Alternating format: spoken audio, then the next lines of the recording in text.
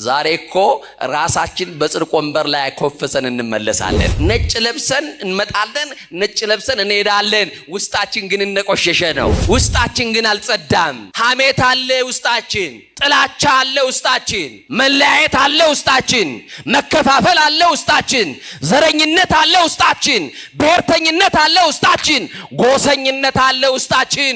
ሰፊ ሀገር ይዘን መንደር ወርደናል። እንዲህ ባለ ቆሻሻ ማንነት ውስጥ ነጭ ያለበሰን ከክብራችን የተነሳ አይደለም። ነጭ ያለበሰን አማኑኤል እንደ ምሕረቱ ብዛት ነው። አማኑኤል ሸፍኖልን ነው። መድኃኔ ዓለም ዛሬ እኔና እናንተ ለሁለት አምላክ ለሁለት ጌታ እንበረከካለን። አንዱ እግዚአብሔር ነው፣ ሌላኛው ገንዘብ ነው። አንዱ እግዚአብሔር ነው፣ ሌላኛው ስልጣን ነው። አንዱ እግዚአብሔር ነው፣ ሌላኛው ዝናችን ላይ ነን።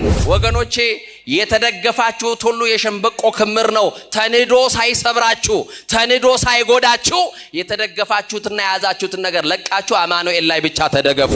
ለሰው ያልነገራችሁትን፣ ለሰው ያላማከራችሁትን፣ በር ዘግታችሁ የምታለቅሱበትን ማንም የማያውቅልን ጉዳይ መድኃኔ ዓለም ያውቃል። ለብቻችን የምንጨናነቅበትን ጉዳይ፣ ጣራ እየቆጠርን የምናድርበትን ጉዳይ አማኑኤልና እኛ እንተዋወቃለን። እንዴት አይነት የመከራ ሌሊት እንደምናሳልፍ፣ እንዴት አይነት የኑሮ መንገሽገሽ ውስጥ ኑሮ እንዳንገሸገሸን፣ ወጥቶ መግባቱ እንደሰለችን፣ እንዴት አይነት አጣብቅኝ ህይወት ውስጥ እንዳለን ከሐሳብ አስቀድሞ የሚያውቀው እግዚአብሔር ዛሬ ማን ያውቃል የማንን ቋጠሮ እንደሚፈታ? ዛሬ ተረኛው ማን ይሆን? የዘመናት ጥያቄን በቅጽበት የሚመልሰው እግዚአብሔር፣ ለጥያቄያችን መልስ የሆነው አማኑኤል ዛሬ ነገራችንን በሱ አስደግፈን መልስ አልባ የሆነው ጥያቄያችን መልስ አግኝቶ ውድቀታችሁን በሚፈልጉ ሰዎች እጅ ላይ አማኑኤል አይጣላችሁ። ጉድጓድ በሚቆፍሩላችሁ ክፉ ሰው እጅ ላይ እግዚአብሔር አይጣላችሁ። አንድ ጊዜ እጄ ላይ በገባ ብሎ ቀን በሚጠብቅልህ ክፉ ሰው እጅ ላይ አይጣል። ከወደቅን የማን እጅ ይሻለናል? ብንወድቅ የሚያነሳን የማን እጅ ብቻ ነው? ለመውደቅ ስንፍገመገም የሚደግፈን ማን ብቻ ነው? የዘመመው ጎጆአችንን ያቆመልን ማን ብቻ ነው? በፈረሰው ቅጥራችን ላይ ሙሉ ሆኖ የሚቆምልን ማን ብቻ ነው? ቤተ ዘመድ ተሰብስቦ የማይፈታልንን የህይወታችንን እንቆቅልሽ የሚፈታ እግዚአብሔር፣ ድብቅ ጸሎታችንን የሚያውቅ እግዚአብሔር። ታውቃላችሁ እንዴት እንደተኛችሁ ግን እንደተነሳችሁ አታውቁም። በእንቅልፍ እንዴት አይነት ዓለም ውስጥ እንደነበራችሁ አታውቁም፣ አታስተውሉም። ደግፎ ያነቃችሁ ማን ነው? ወጣችሁ ለመግባታችሁ ዋስትናችሁ ማን ነው? ተኝተን ለመነሳታችን ዋስትናችን ማን ነው? እኛ እኮ እርግጠኛ ነን አይናችንን የምንከድነው አማኑኤል ስላለ ብቻ ነው። እውነት አስቡ። አንዳንድ ሰዎች በድፍረት አባትነታችንና ክህነታችንን ይረሱና በውስጥ መስመር ይጽፉልናል። እየሰማችሁኝ ነው? በጣም ነውር የሆኑ ነገሮች ፕሮፋይላቸው ሲታይ የእመቤታችን ስዕል አለው። ፕሮፋይላቸው ሲባል የኢትዮጵያ ኦርቶዶክስ ተዋሕዶ ቤተክርስቲያን አርማ አለው። እናቶቼ ነገሩኝ፣ ዛሬ መሽቶ ሲነጋ ኪዳን እየሄዳችሁ መንገድ ላይ ከሰዎች ጋር ስትገናኙ እንዴት አደርሽ ወይዘሮ ገሌ ስትባል እግዚአብሔር ይመስገን እንላለን አይደል? ግን ቀጥለን ደግሞ የምናቀርባት ደግሞ ሮሮ አለች አይደል? ባክሽ ሌሊቱን ሲቆርጠኝ ሲፈልጠኝ አደረ እንላለን አይደል? ምን አዳር አለ ብለህ ነው? ይኸው ሌሊቱን እኮ እንዲሁ ነው የነጋልኝ እንላለን። ግድ የለም ስትገላበጥ ብታድርም ሌሊቱን ያነጋልህ ማን ብቻ ነው? ሲቆረጥምህም ሲፈልጥህም ብታድር ሌሊቱን ለሞት ያላደረገብህ ደግፎ ያነሳ ማን ነው? ከትልቁ ከእግዚአብሔር ጋር ተጣብቃችሁ ምን ይጎድልባችኋል? አማኑኤልን ይዛችሁ፣ መድኃኔ ዓለምን ይዛችሁ፣ የሁሉ ባለቤት ላይ ተደግፋችሁ፣ የሁሉ ባለቤት ጋር እየተንበረከካችሁ ምን ታጣላችሁ? ምን ይጎድልባችኋል? ወገኖቼ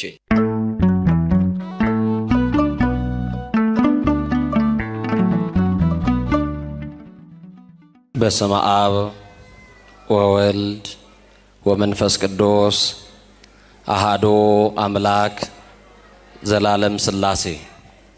እግዚአብሔር በጌትነቱ ያለ ምስጋና ገንዘብ የሆነ አምላክ፣ ዘመን የማይቆጠርለት ከዘመናት በፊት የነበረ ፍጥረታትን ሁሉ ያለ ድካም የፈጠረ የቸርነቱ ባህረ ሙላት የማይለካ ቅድመ ዓለም የነበረ ሊያዩት የማይቻል ስውር፣ ሊቀርቡት የማይቻል እሳት፣ ሊዳስሱት የማይቻል የኃይል መንፈስ፣ ኃያላን ሊቋቋሙት የማይቻላቸው የማይሾሙት ንጉሥ፣ እንደ ቸርነቱ አባታችን እንደ መለኮትነቱ አምላካችን ፀሐይን በቀን ጨረቃና ከዋክብትን በሌሊት ያሰለጠነ እድሜ ጨመረልን መድኃኔ ዓለም፣ ዘመን የቀጠለልን መድኃኔ ዓለም፣ ነጭ ያለበሰን መድኃኔ ዓለም፣ የሽበትን ክብር ዘውድ አድርጎ በራሳችን ላይ የደፋልን መድኃኔ ዓለም፣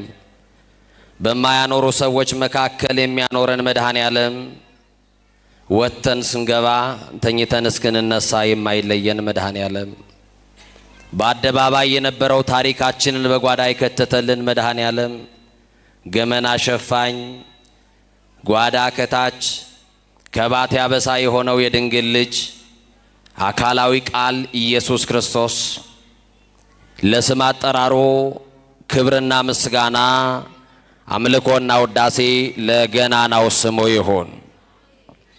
እጅግ ተወዳጁ አባታችን ሊቀ ማእምራን መምህር ታረቀኝ አግማሴ እዚህ ታሪካዊ ካቴድራል ዋና አስተዳዳሪ፣ የዚህ መንጋ ጠባቂ፣ የሁላችን አባት ክቡር መምህራችን ሊቀ ማእምራን መምህር መሰረት ድንቆ የዚህ ካቴድራል የስብከተ ወንጌል ክፍል ኃላፊ፣ አባቶቼ ካህናት፣ አሃው ዲያቆናት፣ የልዑል እግዚአብሔር ቤተሰቦች፣ የክርስቶስን የመንግስቱን ቃል በዓለም መድረክ የምታስተላልፉ የሚዲያ አካላት ሁላችሁም በወደደንና ባከበረን ደግሞም ባፈቀረን በሰላማችን ራስ በኢየሱስ ክርስቶስ ስም ሰላም እላችኋለሁ።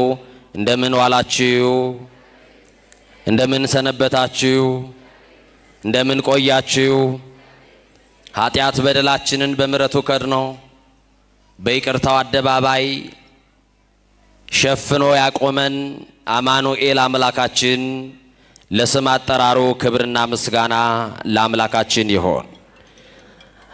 ለቃል ርደት ለስጋ ምርገት መሰላል የሆነች የአዲስ ኪዳን ኪሩብ ከሰማይ የረቀቀች ዳግሚት ሰማይ በቀደመ ልመናዋ ፍጥረት የምታስምር አዛኝ የጻድቃን ወዳጅ የኃጥአን አማላጅ እናታችን መመኪያችን አማላጃችን በረሃብ ዘመን በልተን የጠገብንባት መሶባችን ድንግል ማርያም፣ በጥማት ዘመን ጠጥተን የረካንባት ጽዋችን ድንግል ማርያም፣ ልብሳችንም ጉርሳችንም ድንግል ማርያም፣ ዘመዳችን ወገናችን ድንግል ማርያም፣ የምንመካባት የመመኪያችን ዘውድ ድንግል ማርያም፣ ዲያብሎስን ድል የነሳንባት የድል አክሊላችን ድንግል ማርያም፣ የምንመረጎዝባት በጥራ ሃይማኖታችን ድንግል ማርያም፣ ገነት መንግሥተ ሰማያት የገባንባት በራችን ድንግል ማርያም፣ የሕይወት እንጀራ የቀረበባት አማናዊት መሶብ ድንግል ማርያም፣ ከፍ ከፍ ያልንባት መታያችን ድንግል ማርያም፣ ከሞት ወደ ሕይወት የተሸጋገርንባት ድልድያችን ድንግል ማርያም፣ ከኃጢአት ስጥመት የዳንባት መርከባችን ድንግል ማርያም፣ በመላእክት በደቂቀ አዳም በልዑላኑ በትሑታኑ በሰማይና በምድር ንግሥት ውድስት የሆነች ድንግል ማርያም፣ መርገመ ሥጋ መርገመ ነፍስ የሌለባት ድንግል ማርያም፣ በረከተ ሥጋ በረከተ ነፍስ እያማለደች የምታሰጥ ድንግል ማርያም፣ ሥላሴ ክብር የክብር ክብር ያጎናጸፏት ድንግል ማርያም፣ የሕይወት መሰላል ከመንጸፈ ደይን ወደ ገነት ከሐሳር ወደ ክብር ከጨለማ ወደ ብርሃን የወጣንባት እናታችን አዛኝቷ የመድኃኔ ዓለም እናት የኔና ያንቺ እናት ድንግል ማርያም የጭንቅ አማላጅ እንባችንን ያበሰችልን በጭንቅ ቀራችን ያረጋጋችን ወላዲተ አምላክ ክብሯ ከፍ ያለ ነው፣ የገነነ ነው። አመስግኗት። እጃችሁ እንኳን ለማርያም እንዴት እንደሳሳ ባላቅም በጣም ሳስቷል። የምትወዷት በቀራንዮ አደባባይ እንደ ብራና ተወጥሮ የሞትን ማሰሪያ የቆረጠልን የሞትን መውጊያ የቆረጠልን በከበረ ደሙ ፈሳሽነት የተቤዠን ከዘላለም ሞት ያስመለጠን አማኑኤል አምላካችን ለመድኃኔ ዓለም ክብር ይሁንለት። ከፍ አድርጋችሁ አመስግኑ። ማን የከበረ ይሆን? ማን ያውቃል? ወገኖቼ ዛሬ በዚህ ጉባኤ መድኃኔ ዓለምን የማንን ጥያቄ እንደሚመልስ ማን ያውቃል? መድኃኔ ዓለም ዛሬ ጥያቄያችሁን ዛሬ መልስ ሊመልስላችሁ በጓደኛ ተጠርታችሁ የመጣችሁ ትኖራላችሁ። ድንገት እግረ መንገዳችሁን የገባችሁ ተሳልሜ እመለሳለሁ ብላችሁ ድንገት የተቀመጣችሁ ትኖራላችሁ። የዘመናት ጥያቄን የሚመልሰው እግዚአብሔር፣ የተዘበራረቁትን የኑሯችን ጉዳይ የሚሰበስብልን እግዚአብሔር፣ እንደ ሰው የነገርነውን አይደለም ዝምታን የሚሰማው እግዚአብሔር፣ በዝምታችሁ ውስጥ ያለውን ጩኸት መድኃኔዓለም ይስማ። ለሰው ያልነገራችሁትን፣ ለሰው ያላማከራችሁትን፣ በር ዘግታችሁ የምታለቅሱበትን ማንም የማያውቅልን ጉዳይ መድኃኔዓለም ያውቃል። ለብቻችን የምንጨናነቅበትን ጉዳይ፣ ጣራ እየቆጠርን የምናድርበትን ጉዳይ አማኑኤልና እኛ እንተዋወቃለን። እንዴት አይነት የመከራ ሌሊት እንደምናሳልፍ፣ እንዴት አይነት የኑሮ መንገሽገሽ ውስጥ ኑሮ እንዳንገሸገሸን፣ ወጥቶ መግባቱ እንደሰለችን፣ እንዴት አይነት አጣብቅኝ ህይወት ውስጥ እንዳለን ሰው ያውቅልንም። ማን ግን ያውቃል? ስልጣን የማይፈታውን የሚፈታው መድኃኔዓለም፣ ገንዘብ የማይፈታውን የሚፈታው መድኃኔዓለም፣ ቤተ ዘመድ ተሰብስቦ የማይፈታልንን የህይወታችንን እንቆቅልሽ የሚፈታ እግዚአብሔር፣ ድብቅ ጸሎታችንን የሚያውቅ እግዚአብሔር፣ እምቅድመ ህሊና ኩሎ ያአምር የተባለ እግዚአብሔር፣ ከሐሳብ አስቀድሞ የሚያውቀው እግዚአብሔር ዛሬ ማን ያውቃል የማንን ቋጠሮ እንደሚፈታ? ዛሬ ተረኛው ማን ይሆን? የዘመናት ጥያቄን በቅጽበት የሚመልሰው እግዚአብሔር፣ ለጥያቄያችን መልስ የሆነው አማኑኤል ዛሬ ነገራችንን በሱ አስደግፈን መልስ አልባ የሆነው ጥያቄያችን መልስ አግኝቶ በደስታ ወደ ቤታችን እንድንሄድ መድኃኔዓለም ይርዳን። ሊቃውንት ለአእምሮ ዋዘኞች ለጆሮ እግዚአብሔር ደግሞ ለልብ ይናገራል። ሊቃውንት ለአእምሮ ከነገሩን ዋዘኞችም ለጆሮ ካወሩልን የልብ ወዳጃችን እግዚአብሔር ለልባችን የሚነግረን ይበልጣል። ከአለት በላይ የጠነከረው ልባችንን በፍቅሩ መዶሻ ሰብሮ የሚረባንን የሚጠቅመንን የሚያስተምረን እግዚአብሔር እናንተን አስቀምጦ ከሁላችሁ የማንሰውን እኔን ታናሹን ከፊታችሁ አቆሞ የረቀቀውን አጉልቶ የራቀውን አቅርቦ ምስጢር ገልጦ ጌታ መንፈስ ቅዱስ ሁላችንንም ያስተምረን። የትምህርታችን መነሻ የምናደርገው በአንደኛ ዜና መዋዕል ምዕራፍ 21 ቁጥር 13 ላይ ያለውን መለኮታዊ ሐሳብ በማንሳት ይሆናል። ቃሉ እንዲህ ይላል፣ ምሕረቱ ብዙ ነውና በእግዚአብሔር እጅ ላይ ልውደቅ ይላል። እስቲ ከኔ ጋር በሉ፣ ምሕረቱ ብዙ ነውና በሉ። በጣም ብዙ ህዝብ ነው ያለውና እንደው አስቸገረን እንዳትሉ በማርያም እህቶቼ፣ እስቲ እናንተ እስቲ በሉ ቀደሙና፣ ወንዶች ዝም በሉ። ምሕረቱ ብዙ ነውና፣ አያችሁ እንደ ንብ ነው ድምጻቸው፣ እንዳትበለጡ ኋላ እናንተ ስሙ በደንብ። ምሕረቱ ብዙ ነውና በሉ እስቲ። በእግዚአብሔር እጅ ላይ ልውደቅ። ምኑ ብዙ ነውና? እሺ ወንድሞቼ ቀጥሉ። ምሕረቱ ብዙ ነውና። አረ እነሱ በለጠ መሰለኝ። አዳላህ እንዳትሉኝ። ምሕረቱ ብዙ ነውና በእግዚአብሔር እጅ ላይ ልውደቅ። ምኑ ብዙ ነውና? ከወደቅን በማን እጅ መውደቅ ይሻለናል? ውድቀታችሁን በሚፈልጉ ሰዎች እጅ ላይ አማኑኤል አይጣላችሁ። ጉድጓድ በሚቆፍሩላችሁ ክፉ ሰው እጅ ላይ እግዚአብሔር አይጣላችሁ። አንድ ጊዜ እጄ ላይ በገባ ብሎ ቀን በሚጠብቅልህ ክፉ ሰው እጅ ላይ አይጣል። ከወደቅን የማን እጅ ይሻለናል? ብንወድቅ የሚያነሳን የማን እጅ ብቻ ነው? ለመውደቅ ስንፍገመገም የሚደግፈን ማን ብቻ ነው? የዘመመው ጎጆአችንን ያቆመልን ማን ብቻ ነው? በፈረሰው ቅጥራችን ላይ ሙሉ ሆኖ የሚቆምልን ማን ብቻ ነው? ኧረ አማኑኤል ነው። ክብር ለስሙን መድኃኔዓለም ብቻ። ይሄንን ቃል የተናገረው ልበ አምላክ ቅዱስ ዳዊት የተናገረው ቃል ነው። ዳዊት ባለ አእምሮ ነው። ዳዊት መንፈሰ ጠንካራ ነው። እግዚአብሔር እንደ ልቤ ያለው ነው ዳዊት። ይገርማችኋል፣ ዳዊት እንደኔና እንደናንተ አጉረምራሚ አይደለም። አምልኮ ያውቃል ዳዊት። ለማን እንደሚበረከክ ለማን እንደሚገዛ ጠንቅቆ ያውቃል። ወገኖቼ ዛሬ እኔና እናንተ ለሁለት አምላክ ለሁለት ጌታ እንበረከካለን። አንዱ እግዚአብሔር ነው፣ ሌላኛው ገንዘብ ነው። አንዱ እግዚአብሔር ነው፣ ሌላኛው ስልጣን ነው። አንዱ እግዚአብሔር ነው፣ ሌላኛው ዝናችን ላይ ነን። ወገኖቼ የተደገፋችሁት ሁሉ የሸንበቆ ክምር ነው። ተንዶ ሳይሰብራችሁ ተንዶ ሳይጎዳችሁ የተደገፋችሁትና የያዛችሁትን ነገር ለቃችሁ አማኑኤል ላይ ብቻ ተደገፉ። ማን ያስደግፋል? ኧረ ንገሩኝ፣ ማን ያስደግፋል? ብትደገፉት ክንዱ የማይዝል ማን ብቻ ነው? ኧረ ለአማኑኤል ክብር ይሁንለት፣ ለመድኃኔዓለም እሱ ብቻ። እና ወገኖቼ ቅዱስ ዳዊት እንዲሁ አይደለም ባለ አእምሮ ነው ያልኳችሁ።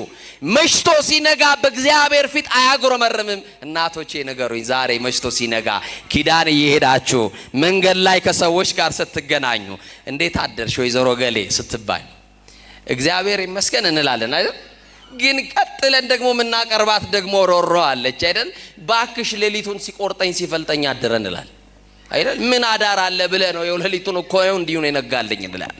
ግድ የለም ስትገላበጥ ብታድርም ሌሊቱን ያነጋልህ ማን ብቻ ነው? ሲቆረጥምም ሲፈልጥም ብታድር ሌሊቱን ለሞት ያላደረገብህ ደግፎ ያነሳ ማን ነው? ለዚህ ነው ልበ አምላክ ቅዱስ ዳዊት እንዲህ አለ፣ አንሰ ሰከብኩ ኖም ኮተንሳይኩስ እግዚአብሔር አንሳን ይላል። ጠዋት ተነስቶ በማለዳ እግዚአብሔር ላይ አያጉረመርምም። እንዲህ ነው የሚለው። እንዴት እንደተደግፎ እንደተነሳ ያውቃል። ታውቃላችሁ እንዴት እንደተኛችሁ፣ ግን እንደተነሳችሁ አታውቁም። በእንቅልፍ እንዴት አይነት ዓለም ውስጥ እንደነበራችሁ አታውቁም፣ አታስተውሉም። ደግፎ ያነቃችሁ ማን ነው? ወጣችሁ ለመግባታችሁ ዋስትናችሁ ማን ነው? ተኝተን ለመነሳታችን ዋስትናችን ማን ነው? እኛ እኮ እርግጠኛ ነን አይናችንን የምንከድነው አማኑኤል ስላለ ብቻ ነው። እውነት አስት ዙሪያችንን ካዳመጥነው አይን የማያስከድን ነገር አለ። ግን መድኃኔዓለምን አምነን አይናችንን እንከድናለን። እሱም ደግሞ ታምኖ ሌሊቱን አንግቶ ደግፎ ያነቃናል። ደግፎ ላነቃችሁ ለአማኑኤል ክብር ይሁን። እና ዳዊት አንሰ ሰከብኩ ሆኖምኩ ወተንሳይኩስ እግዚአብሔር አንሳኒ፣ እኔ ተኛው እስቲ በሉ አንቀላፋው እግዚአብሔር ደግፎኛልና ነቃው። ስለዚህ ጠዋት ስትነሱ ማጉረምረሙን ተውትና እንዴት አደርሽ ስትባሉ አንድዬ ደግፎኝ ተነሳው በሉ እስቲ። ደግፎ ያነሳችሁ፣ ደግፎ ያደረሳችሁ፣ ደግፎ የጠበቃችሁ አማኑኤል ክብር ለስሙ ይሁን። መድኃኔዓለም ደግፎ ይበሉ፣ መልአኩ ከልሎ ይበሉ፣ በክንፎቹ ጋርዶ ይበሉ። ሰዎች ሲጠይቋችሁ አንዳንድ ጊዜ እኮ ይሞታሉ ብለው የሚወራረዱብን ሰዎች አሉ። ይሄንን ዓመት አያልፍም ብለው የሚወራረዱብን ሰዎች አሉ። እኔ ከመወረውረው ካመለጠ ብለው የሚዝቱብን ሰዎች አሉ። ይኸውላችሁ እንደ ገዳዮችማ ቢሆን ተገድለን አልቀናል። እንደማን ግን አለን? እንደ ማቸርነት አለን። ባለ ብዙ ምሕረት በሆነው በእግዚአብሔር እጅ ላይ ስለተደገፍን በሱ እጅ ላይ አለን። ወገኖቼ ቅዱስ ዳዊት ይሄ ብቻ አይደለም፣ እግዚአብሔር ኃጢአትን ይቅር የሚል ከባቴ አበሳ ግምና ሸፋኝ ነውርን የሚከድን እንደሆነ ሲገባው ብፁዓን ለተሃድገሎሙ ኃጢአቶሙ እያለ በእግዚአብሔር ፊት እንዲህ ይናገራል። ኃጢአታቸውን ይቅር ያላቸው ሰዎች ብፁዓን ናቸው። በደላቸውን ያላሰበባቸው ያልቆጠረባቸው ሰዎች ምስጉን ናቸው፣ ብፁዓን ናቸው ይላል። ወገኖች የተሸፍኖልን ነው እዚህ የገባ ነው። እውነት አሰት እኔ ባይሸፈንልኝ እዚህ አልቆምም። ማምላክ ምስክሬ፣ ስንት ጉድ አለብኝ፣ ስንት ነውር አለብኝ። ነውሬን ከድኖ በምሕረቱ ግን ያቆመኝ አማኑኤል ነው። ዳዊት ይሄ ሲገባው እንዲህ አለ። ገና ወደ እግዚአብሔር ቤተ መቅደስ ሲመጣ እኔ ግን አለ በማርያም በሉ እናንተ ድምጻችሁን ከፍ አድርጎ በምሕረት ብዛት ወደ ቤት እገባለሁ። በምን ብዛት? አረ ንገሩኝ፣ በምን ብዛት? ስለዚህ እዚህ ያለ ነው ምሮን እንጂ መርምሮን አይደለም። ክብር ለስሙ ይሁን። ምሕረት የተደረገልንን ይቅር የተባልንን ኃጢአታችን የተከደነልን ሰዎች ነን። ዳዊት ይሄ ብቻ አይደለም። ዳዊትን ጥያቄ ብትጠይቁት ለአንተ ትልቅ ምንድነው ተብሎ ቢጠየቅ የዳዊት መልስ ይገርመኛል። አሁን ለአንቺ ትልቅ ምንድነው ብዬ ብጠይቅሽ ለአንተ ትልቅ በዚህ ምድር ላይ ምንድነው ብል በጣም ብዙ ነገሮች ልትደረድሩልኝ ትችላላችሁ። ቅዱስ ዳዊት ግን መዝሙር 48 ላይ አብይ እግዚአብሔር ይላል። እግዚአብሔር ትልቅ ነው ይላል። እስቲ እግዚአብሔር ትልቅ ነው በሉ ወገኖች። ከኑሯችን መግዘፍ በላይ እግዚአብሔር ምንድነው? አዎ በኑሮ ያለው ውጣ ውረድ ኑሯችንማ የተራራን ያክል ገዝፎ እየታየ መከራችን የተራራን ያክል ገዝፎ ታይቶን መውጣት የማንችለው ተራራ ከፊት ለፊታችን ይደቀናል። ከተራራው በላይ ግን እግዚአብሔር ምንድነው? ከኑሯችን በላይ ማን ትልቅ ነው? እግዚአብሔር ትልቅ ነው። ትልቁ እግዚአብሔርን ይዛችሁ ምን ታጣላችሁ? ከትልቁ ከእግዚአብሔር ጋር ተጣብቃችሁ ምን ይጎድልባችኋል? አማኑኤልን ይዛችሁ መድኃኔ ዓለምን ይዛችሁ የሁሉ ባለቤት ላይ ተደግፋችሁ የሁሉ ባለቤት ጋር እየተንበረከካችሁ ምን ታጣላችሁ? ምን ይጎልባችኋል ወገኖቼ? እና ይገርማችኋል፣ ዳዊት ደግሞ እንደ ዳዊት ኃጢአቱን በእግዚአብሔር ፊት የሚያምን ደግሞ የለም። ኃጢአትን በእግዚአብሔር ፊት እንደ ዳዊት የሚያምን የለም። እንዲህ ይላል፣ አቤቱ እንደ ቸርነት መጠን ማረኝ ይላል። እንደምን መጠን? እንደምን መጠን?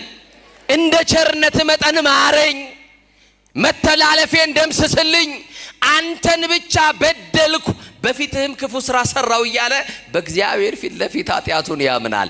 ዛሬ እኮ ራሳችን በጽድቅ ወንበር ላይ ኮፍሰን እንመለሳለን። ነጭ ለብሰን እንመጣለን፣ ነጭ ለብሰን እንሄዳለን። ውስጣችን ግን እንደቆሸሸ ነው። ውስጣችን ግን አልጸዳም። ሐሜት አለ ውስጣችን፣ ጥላቻ አለ ውስጣችን፣ መለያየት አለ ውስጣችን፣ መከፋፈል አለ ውስጣችን፣ ዘረኝነት አለ ውስጣችን፣ ብሔርተኝነት አለ ውስጣችን፣ ጎሰኝነት አለ ውስጣችን። ሰፊ ሀገር ይዘን መንደር ወርደናል።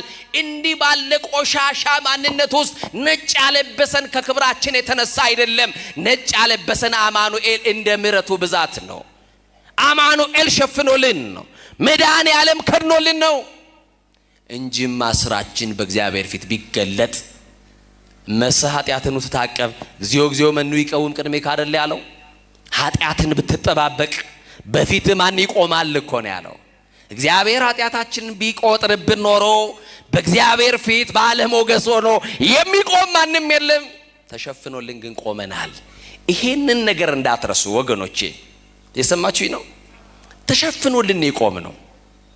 ይገርማችኋል፣ አንዳንድ ጊዜ እግዚአብሔር ይቅር ያለን ሰዎች ነን። እየሰማችሁኝ ነው? ዛሬ መድኃኔ ዓለምን የምናገለግለው ይቅርታውን ስለምናውቅ ነው። ብዙ በደላችን ስለተተወልን ነው።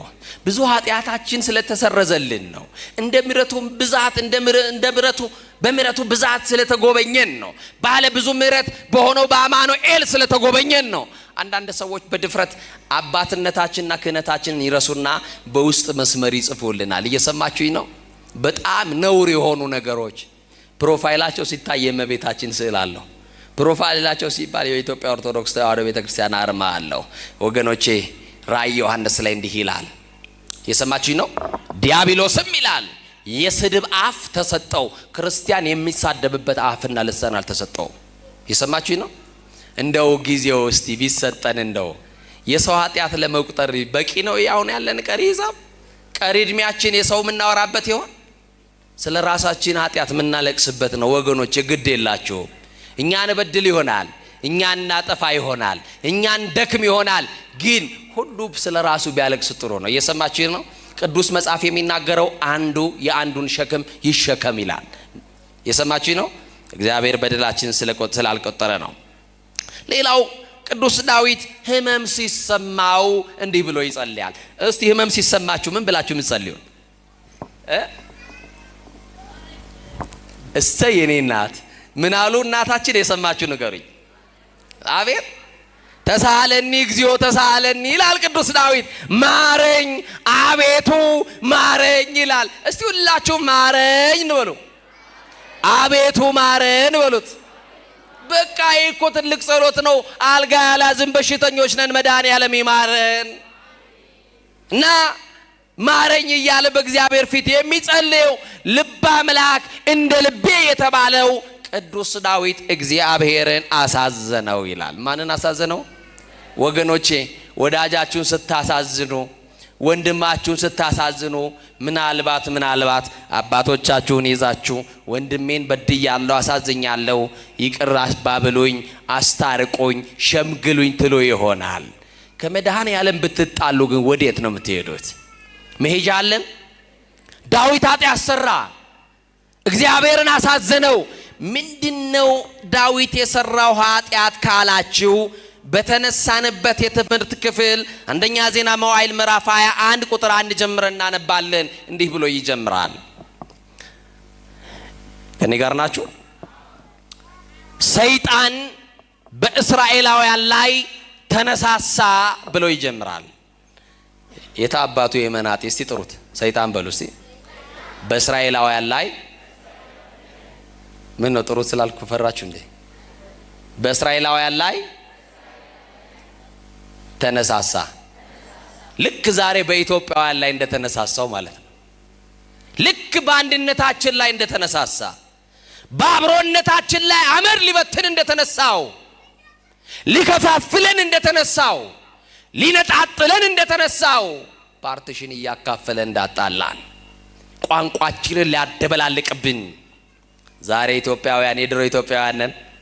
የድሮ ነው ፍቅራችን፣ የድሮ ነው መተማመናችን፣ የድሮ ነው መዋደዳችን። እንደ ድሮ ጎረቤት ሄዳችሁ ቁርስ ትበላላችሁ።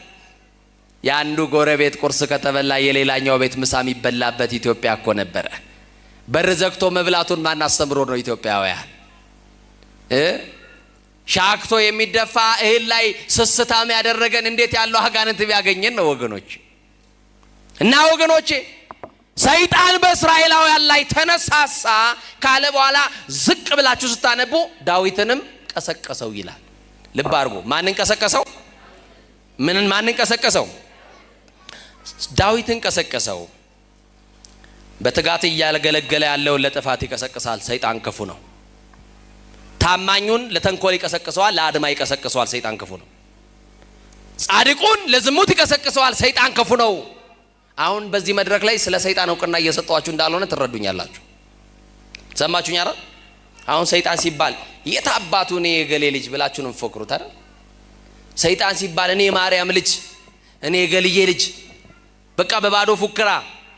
ደርግ ትቶት በሄደው በአብዮቱ ዘመን ፉከራ ሰይጣን አይገለበጥም። ሰይጣን የሚገለበጠው፣ ሰይጣን የሚሸነፈው በአምልኮ በመድኃኔዓለም ፊት ለፊት ስንንበረከክ ነው። ለማ ስንንበረከክ? ለማ ስንንበረከክ? ለስላሴ ስንንበረከክ።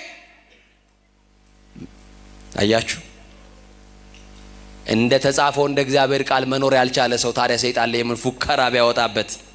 በቴሌቪዥን መስኮቶች እያየን ዛሬ ውጉት እየተባለ ወጋ ነው እንደሚባል የሚወጋ ነገር የለም። እየሰማ ነው አይደል? አዎ።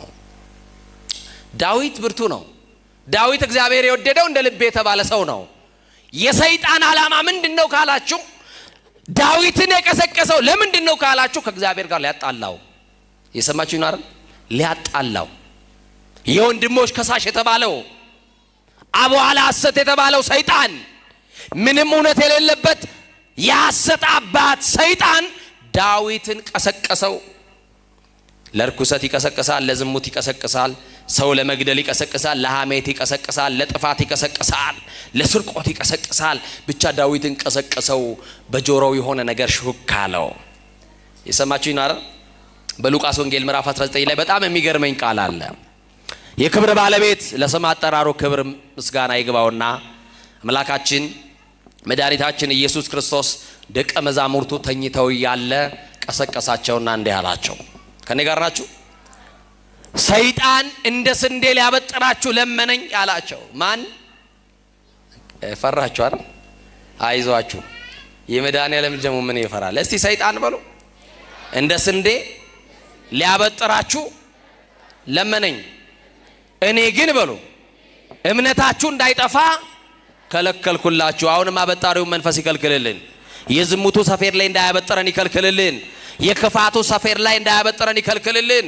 የአድማ ሰፌር ላይ እንዳያበጥረን ይከልክልልን። የተንኮል ሰፌር ላይ እንዳያበጥረን አበጣሪው መንፈስ ይከልክልልና። ስንዴ እንዴት እንደሚበጠር እናቶቼ ታውቃላችሁ አይደለ? እንዴት የታደረሳችሁ እንደምትመልሱት፣ መከራውን አሳይታችሁ እንደምትመልሱት ሰፌር ላይ ታውቁታላችሁ። ይኸው ሰይጣን ዛሬ እንደ ስንዴ እያበጠረን ነው። የዝሙቱ ሰፌር ላይ ወጣቶች ንስሐ ገቡ። ሰይጣን የአድማ፣ የምቀኝነት፣ የተንኮል፣ የስም ማጥፋት ሰፌር ላይ እያበጠረን ነው። አንዳንድ ጊዜ ለእምነታችን የተሟገትን እየመሰለን አባቶችን ሁሉ በድፍረት የምንሳደብ ደፋሮች አድርጎናል ሰይጣን። ለቤተ ክርስቲያን የተቆረቆርን እየመሰለን፣ ግን አይምሰላችሁ፣ ቤተ ክርስቲያንን እያፈረስናት ያለነው እኛው ነን። ለቤተ ክርስቲያን ጠላት እኛ ነን የሆነው። ሰድቦ ለሰባዳቢ እየሰጠን ያለነው ቤተ ክርስቲያን እኛ ነን። ኃጢአት ስንሰራ፣ በደል ስንሰራ ወደ ካህናት ጋር እንሄዳለን ራሳችን ልናሳይ። ለአንድ አባት ንስሐ ነግራችሁት ያ አባት እስኪሞት ድረስ በልቡ ይዞ በልቡ መቃብርነት ኃጢአታችሁን በሆዱ መቃብርነት ቀብሮ ይሞታል። የሰማችሁ ነው አይደል? አንድ ቀን የሆነ ነገር ቢገኝብን ግን አይ እንዴት እንደምታረጉን፣ በአደባባይ እንዴት እንደምትሰቅሉን እግዚአብሔር አይቶ ማለፍን ያድለን፣ ሰምቶ ማለፍን ያድለን፣ ሰምቶ መቻለን ያድለን። ወገኖቼ ትዕግስተኞች ያድርገን እና ዳዊትን ቀሰቀሰው። አሁን በዚህ ውስጥ የስንት ዓመት የጸሎት ልምድ እንዳላችሁ ጥያቄ ጠይቃቸዋለሁ። መልሱን መልሱ ራሳቸው። ንስሐ ከገባሽ ስንት ዓመት ሆነሽ? መቁረብ ከጀመርክ ስንት ዓመት ሆነክ? ቤተ መቅደስ ገብተህ ማስቀደስ ከጀመርክ ስንት ዓመት ሆነ? ሰዓታት መቆም ከጀመርክ፣ ማህሌት መቆም ከጀመርሽ፣ ኪዳን እያስቀደሽ የኪዳኑን ጸሎት ከተካፈልሽ ስንት ዓመት ሆነሽ? ጫማ ወልቆም ቤተ መቅደስ ከገባ ስንት ዓመት ሆነ? ሰይጣን የ7500 ምናምን ዓመት የውጊያ የተንኮል የክፋት ልምድ አለው። አሁን ማወራላችሁ እንደ ተራ የምታዩትን ይሰማችሁኝ ነው። የስንት ዓመት ከቆጠራችሁት አዳምና ሔዋንን ካሳሳተበት የ7500 ዓመት የውጊያ የበረቱትን እንዴት አድርጎ እንደጣለ እናውቃለን። ታማኞቹን እንዴት አድርጎ እንደጣለ እናውቃለን። ደግሜ ምነግራችሁ እውቅና ለመስጠት አይደለም። አንቺ የ2 ዓመት እንደው የጸሎት ልምድ አለሽ ወይ ነው ሰይጣን ላይ። አንተ ትጋ ሌሊት አለ ወይ? ሌሊት ተነስተ መጸለይ ጀምረሃል ወይ? ውዳሴ ማርያሙን ገልጣችሁ የዕለት ውዳሴ ማርያም እናደርሳለን ወይ? በእግዚአብሔር ፊት ለፊት ኃጢአታችንን እያሰብን ነገረ መስቀሉን እያሰብን እናለቅሳለን ወይ? አያችሁ ክስረታችን ወገኖቼ። ጠላት ዲያብሎስ እንቅልፍ የሌለው የ7500 ዓመት የተንኮልና የውጊያ ልምድ አለው። እኔና እናንተ ግን የ1 ዓመት እንኳን የጸሎት ልምድ የለንም። ሰኞ የጀመረውን ውዳሴ ማርያም ማክሰኞ ላይ ቢዚ ነን ብለን እንከድነዋለን። ሮብ ላይ እንደዛ እንለዋለን። የሆነ ቀን ትዝ ሲለ ወይ ህመም ሲሰማን እንገልጠዋለን። አያችሁ ጠላታችን ዲያብሎስ ግን ቀንና ሌሊት እኛና እናንተን ከእግዚአብሔር ጋር ሊለያይ ይሰራል። ስለዚህ ነቅተን የምንጸልይበት ጊዜ ነው። እግዚአብሔር የሚያነቃቃው መንፈስ ለሁላችን ያደርጋል። ስለዚህ ባጭሩ የጸሎት ልምድ ከሌለን፣ የስግደት ልምድ ከሌለን፣ የምጽዋት ልምድ ከሌለን፣ በቅድስና ማንመላለስ ከሆነ ስመ ክርስትና እንጂ ህይወተ ክርስትና የለንም ማለት ነው። ገብረ ማርያም እህተ ማርያም ተብለናል፣ ስሙን ይዘነዋል። ህይወተ ክርስትና ግን የለንም። አያችሁ ክርስትና በየበዓላት ጊዜ ለብሰን ኋላ ሳጥን የምንቆልፍበት የክት ልብስ አይደለም። ሁል ጊዜ የምናጌጥበት የህይወት ልብስ ነው። ክርስትና ከዳኑ በኋላ የሚሞቱት ሞት አይደለም፣ ከሞት በኋላ የሚኖሩት ህይወት ነው። ዳዊትን እንዲያርጎ ቀሰቀሰው። ይሄ ህዝብ እኮ ያንተ ነው ብሎ ነገረው። ወገኖቼ እናንተ የማን ናችሁ? እናንተ የማን ናችሁ? በእጁ ያበጃጀን ማን ነው? እኛ የማን የእጁ ስራዎች ነን? እኛ የእግዚአብሔር ሸክላዎች ከሆንን በእኔና በእናንተ ሰውነት የሚያዝ መድኃኔዓለም ብቻ ነው። እውነት አስት እውነት አስት ሰይጣን ክፋቱን አያችሁ። ያንተ እኮ ህዝብ ነው አለውና ቁጠረው። ስንት ህዝብ እንደምትመራ ስንት ህዝብ እንደምታስተዳድርማ ማወቅ አለብህ ብሎ ስታቲስቲክስ ታውቃላችሁ አይደል? የመጀመሪያውን ቆጠራ ሰይጣን ነገረው። ዳዊት ተነሳና ከዳን እስከ ቤርሳቤ ያለ ህዝብ ይቆጠርልኝ አለ። ዳዊትን የቀሰቀሰው ግን ማን ነው? መልሱልኛ። ሰይጣን። ከዛ ከዳን እስከ ቤርሳቤ ያለው ህዝብ ይቆጠር ብሎ አለ። ንጉስ ነው። ንጉስ አይከሰስ ሰማይ አይታረስ ይባላል አይደለ? እሱ አባባል ነው። ንጉስም በጥፋቱ ይከሰሳል፣ ሰማይም በመብረቅ ይታረሳል። እና ትእዛዝ ተቀበሉ። በአራት አቅጣጫ ቆጠራ ተጀመረ። በጣም የሚገርም ነው። 1,100,000 ህዝብ ሰዎች ከእስራኤል ተቆጠሩ። ስንት ሰው? 1,100,000 ሰዎች ከእስራኤል ተቆጠሩ። ስንት ህዝብ? ከይሁዳ ደግሞ 470,000 ሰዎች ተቆጠሩ። ከየት? ከይሁዳ። እና የይሁዳንና የሌዊና የብንያም ነገር ሳይቆጠሩ ቁጥሩ ይሄ ነው ብለው ለዳዊት ሄዱና አስታወቁት። ከዛ ዳዊት ንጉስ ነው። ስንት ደንገጡር እንዳለው፣ ስንት ወንድ፣ ስንት ሴት፣ ስንት ሕፃን በሀገሩ እንዳለው ቁጥሩን ያውቃል። ይሄንን ያክል ህዝብ እኮ ሰፍሬ የማበላ የማጠጣ ነኝ ሊል ነው። ቅዱስ ወንጌል ደግሞ እንደዚህ ይላል፣ የናንተስ የራሳችሁ ጸጉር ሳይቀር ተቆጥሯል ይላል። የሰማችሁ ይናር ንጉሥ ዳዊት በቁጥር በአሃዝ 1 2 3 ብሎ ነው ያስቆጠራቸው። የፈጠረን እግዚአብሔር ደግሞ የራሳችንን ጸጉር ሳይቀር ምን ብሎታል? ቆጥሮታል። እና በዚህ የተነሳ በዛ የነበረ አስተዋይ ሰው በቤተ መንግስት ውስጥ ነበረና ያደረገው ትክክል እንዳልሆነ ዳዊት እንዳጠፋ መቁጠር እንዳልነበረበት እንዲህ አለውና ንጉሥ ዳዊት ቁጥሩን ነግረናል፣ ግን ልክ አይደለም፣ መቁጠር አልነበረብህም። ይሄ ህዝብ እኮ የእግዚአብሔር እንጂ ያንተ አይደለም አለው። የማን ነው አለው? ይሄ ህዝብ የማን ነው አለው? የእግዚአብሔር ነው። ሰሪ አለው፣ ፈጣሪ አለው፣ ባለቤት አለው። አንተ ምን ቤት ነህ? አንተን የሾመ እኮ እግዚአብሔር ነው አለው። ማን ነው የሚሾም? ማን ነው የሚሽርስ? ማን ነው የሚያከብር? ማን ነው የሚያዋርድስ? ማን ነው ባለጠጋ የሚያረግ? ማን ነው ድሃስ የሚያረግ? ማን ነው የሚያወጣ የሚያወርድ የሚያስገባ የሚያስወጣ? ማን ነው የሚገድል የሚያድን? ማን ብቻ ነው? እግዚአብሔር ነው። ስለዚህ ልክ አይደለም ሲለው ዳዊት ወደ ልቡ ተመለሰ። ወደ ልባችን እንድንመለስ እግዚአብሔር መንፈስ ቅዱስ ይርዳን። እግዚአብሔርን አሳዝኘዋለሁ፣ እጅግ ተጨንቄያለሁ አለ። እስቲ በሉ እጅግ ተጨንቄያለሁ በሉ። የምንጨነቅበት ጭንቀት ይለያያል እንጂ ዛሬ በህይወታችን ውስጥ ጭንቀቶች አሉ። የማይጨነቅ ሰው የለም። ትምህርት የተማረው ስራ በማጣት ይጨነቃል። ትምህርት ደግሞ ያልጨረሰው ደግሞ ነገ ስለማለፍ ስላለማለፍ ከዩኒቨርሲቲ ግራጁዌት ስለማድረግ ኤግዚስት ኤግዛም የሚባል ፈተና ያስጨንቃችኋል አይደል? ተማሪዎች ገና ዩኒቨርሲቲ ያላችሁ ተመርቄ እወጣለሁ ወይ? ይሄ ሁሉ ራሱ ጭንቀት ነው። ተማሪው ይጨነቃል፣ አስተማሪው ይጨነቃል፣ ወላጅ ይጨነቃል፣ ልጆች ይጨነቃሉ። የምንጨነቅበት ጭንቀት ይለያያል እንጂ በእያንዳንዳችን ቤት ጭንቀት አለ። አያችሁ? የዳዊት ጭንቀት ደግሞ እግዚአብሔርን በመበደሉ ነው። ብዙዎቻችን ስለ ኑሯችን ነው የምንጨነቀው። ብዙዎቻችን ስለ ጤፍ፣ ስለ ሽሮ፣ ስለ በርበሬ ነው የምንጨነቀው። ኃጢአት በመስራታችን የምንጨነቅ ጥቂቶች ነን። በደል በመስራታችን ከእግዚአብሔር ጋር ያለን ግንኙነት በመቋረጡ የምንጨነቅ ጥቂት ነን። አያችሁ? የዳዊት ጭንቀት እግዚአብሔርን በድየዋለሁ ብሎ እጅግ ተጨንቄያለሁ አለ። እግዚአብሔር ደግሞ እንዲያደረገ ጋድ የተባለ ነብይ ያስነሳና ወደ ዳዊት ላከ ይላል። ለሕዝብ ያለቃ ለዳዊት እንዲህ ብለህ ንገረው፣ በድለኸኛል በለው አለው። እስቲ ምን ብለኸኛል? ምን ብለኸኛል? በድለኸኛል። ሕዝቡን ለምን ቆጠርክ? ሳኦል በፊቴ ያደረገውን ታውቃለህ። አንተስ እንዴት ታሳዝነኛለህ ብለህ ንገረው። አደርግብህ ዘንድ የቱን ትሻለህ ብለህ ንገረው አለው።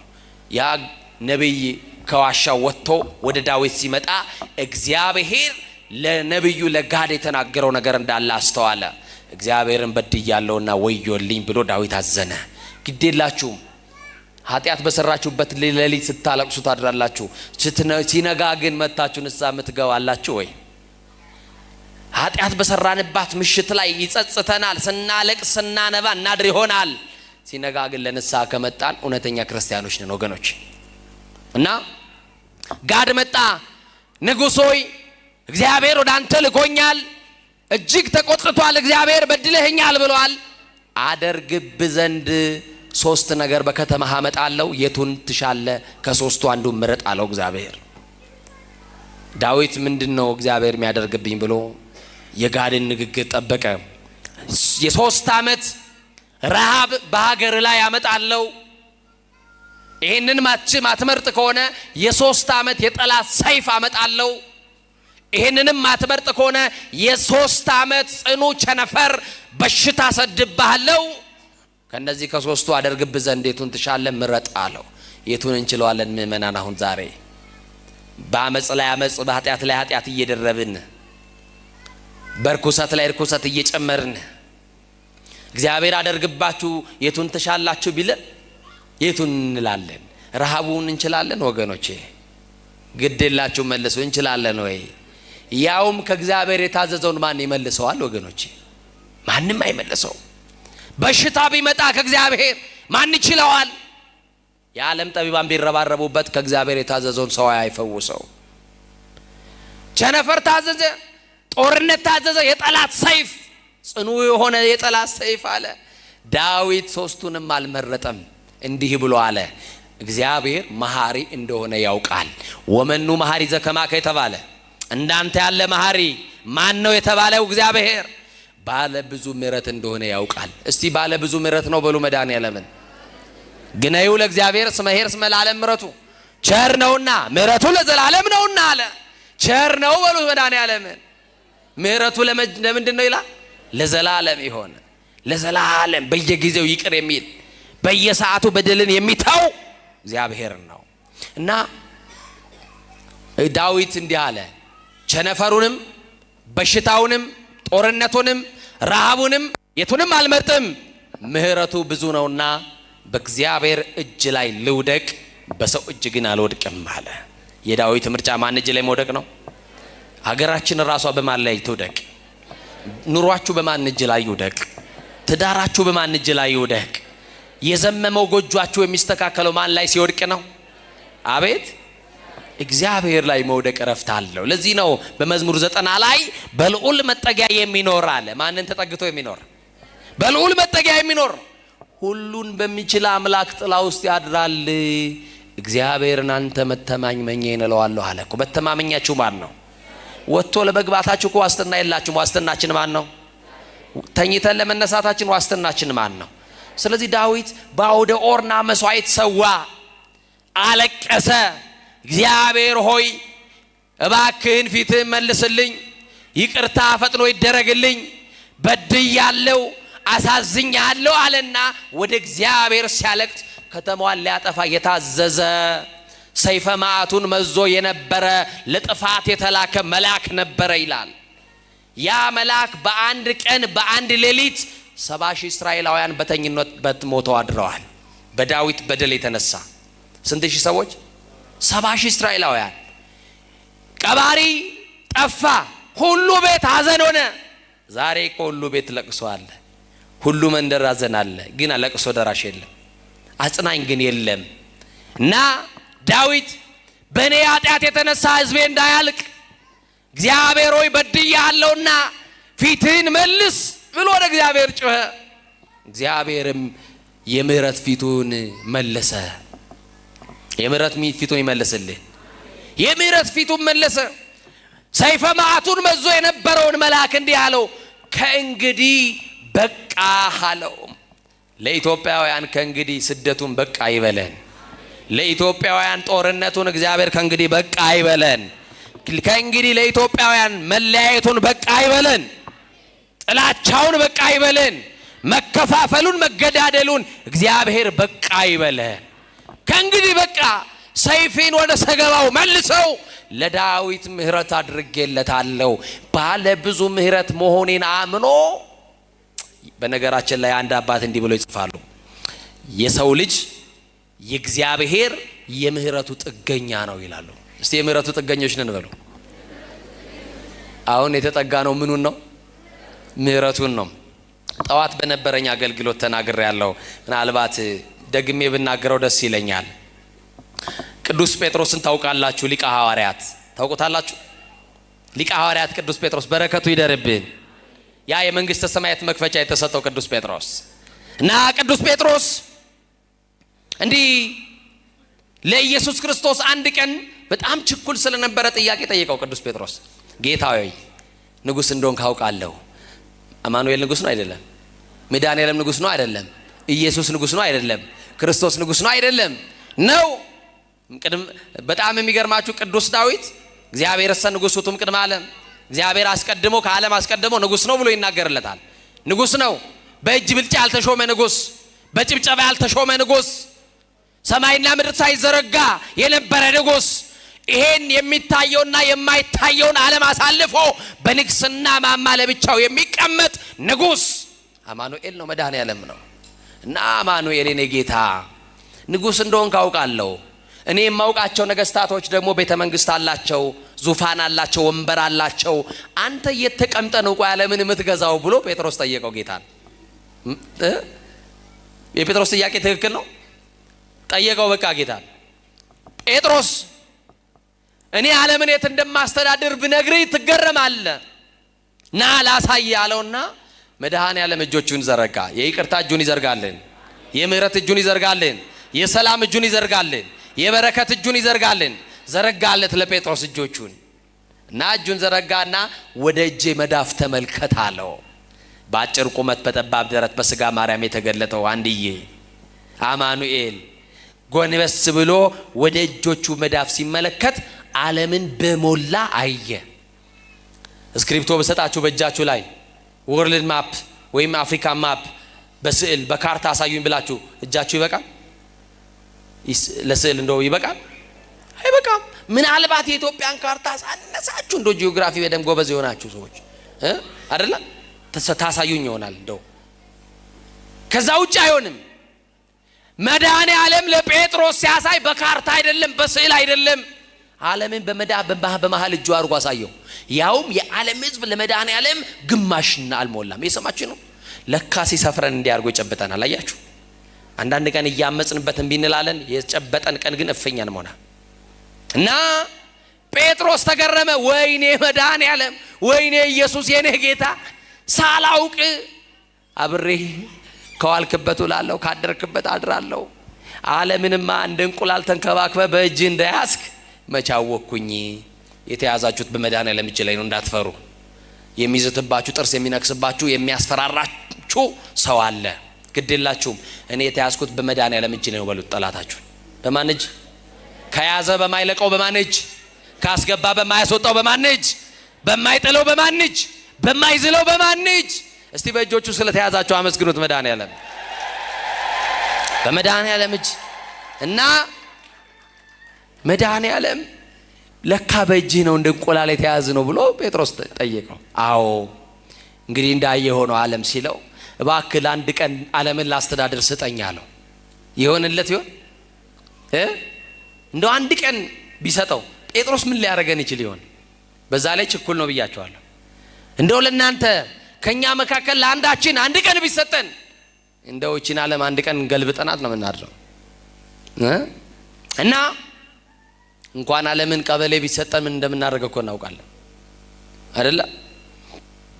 እና ይገርማችኋል ወገኖቼ፣ ጴጥሮስ ዓለምን ላስተዳድር ስጠኝ አልከኝ? አዎ የሸክላ ብርጭቆ ውስጥ ውሃ ሞልተህ ሂድና ና አለው። ጴጥሮስ ደስ አለው። ዓለምን ለአንድ ቀን ልገዛ ነው ውሃውን ካመጣው በኋላ ብሎ ወንዝ ወረደና ውሃ ቀርቶ መጣ። ምን ሊገዛ? ምን ሊሰጠው በእጁ? ዓለም። ከዛ በኋላ ደስ ብሎት ጌታዬ ይኸውና አምጥቻለሁ በል ስጠኝ አለው። ኢየሱስ ቀጠለና እንዲህ አለው፣ በል ጴጥሮስ ጠጣው አለው። ምን በለው? ምን በለው? ውሃ ጠማኝ ብሎታል። በቃ ስጠጣው ነው የሚሰጠኝ ብሎ ጠበቀና ጴጥሮስ ቸኩሎ ሊጠጣ አፉ ላይ ሲያስቀምጥ እፍ አለበት መድኃኔ ዓለም። ጴጥሮስ አንቀላፋ። ምን አለ? አንቀላፋ። ከእጁ የነበረው የሸክላ ብርጭቆ አመለጠውና ወደቀ። ሸክላ ብርጭቆ ከመሬት ሲወርቅ ድምፅ አለው። ከሽ የሚለው ድምፅ ከእንቅልፉ አነቃው። ጴጥሮስ ሲነቃ ውሃውን ጠጥቶታል። አየህ ጴጥሮስ አለው፣ እኔ ዓለምን የማስተዳድረው ስለማላንቀላፋ ነው። ላንተም አንድ ቀን ብሰጥ በእንቅልፍ ገልብጣ አታድር ነበረ አለው። ያልጠፋ ነው ከምሕረቱ የተነሳ ነው ብላችሁ አመስግኖት። ምሕረቱ ብዙ ነውና በእግዚአብሔር እጅ ላይ ምን ልበል ልውደቅ። ስለዚህ ከወደቅን በማን እጅ ላይ እንውደቅ? ነገሮቻችሁን ሁሉ የምትጨነቁበትን፣ የምትተክዙበትን፣ ለብቻችሁ የምትቆዝሙበትን ጉዳያችሁን ሁሉ ለመድኃኔ ዓለም ስጡ። እሱ ችግራችሁን ያቀላል። ትከሻችሁ ላይ ያለውን ቀንበር ሊያነሳላችሁ የታመነ ነው። አርዑት ሰናይ ወጾር ቀሊል ውእቱ ኢየሱስ ክርስቶስ። እሱ ቀላል ሸክም የለዘበ ቀንበር ተብሏልና ቀንበራችሁ ሊሰብር ሸክማችሁን ሊካፈልላችሁ የወደደ እናንተ ደካሞች ሸክም የከበደባችሁ ወደ እኔ ኑ እኔ ደግሞ አሳርፋችኋለሁ ብሏልና ባለ ብዙ ምሕረት ከሆነው ከመድኃኔ ዓለም ጋር ተጣብቀን እረፍት እንድናገኝ እንደ ተጻፈው እንደ እግዚአብሔር ቃል ኖረን የበደልን ክሰን የቀማን መልሰን የተጣላን ታርቀን ንስሐ ገብተን የጌታችን የመድኃኒታችን የኢየሱስ ክርስቶስ ቅዱስ ሥጋው ክቡር ደሙን ተቀብለን መንግስቱ እንድንወርስ ሥላሴ በቸርነቱ